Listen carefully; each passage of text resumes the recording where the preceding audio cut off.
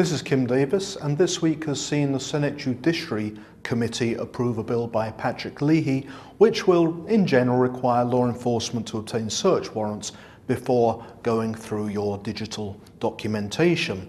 In the UK, of course, we've had a somewhat different situation. Never mind the police. For years, we've had this seedy coven of private eyes and journalists and cheap hacks running rampant through people's voicemail and email accounts. You'll know it as the Murdoch phone hacking scandal, although it wasn't just phones and it wasn't just Rupert Murdoch.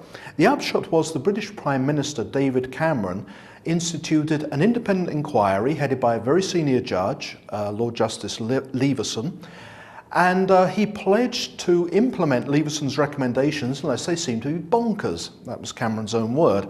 Well, a year later, 2,000 pages of a report just released and countless witnesses, and the recommendations do indeed appear to be bonkers in Cameron's view. At least he's not going to implement the main one. The main recommendation, let me set the scene. For years in the UK, the press was regulated by a body called the Press Complaints Commission.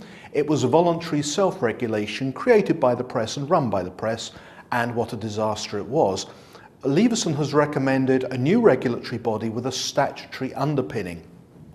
Cameron says we can't have that, it comes too close to government censorship of the media. Now, this is ridiculous. You can go back to the 17th century when John Milton pointed out that government censorship involves not letting something be published. Once something's published, then there can be sanctions if it's full of lies or if it's based on unlawfully obtained material.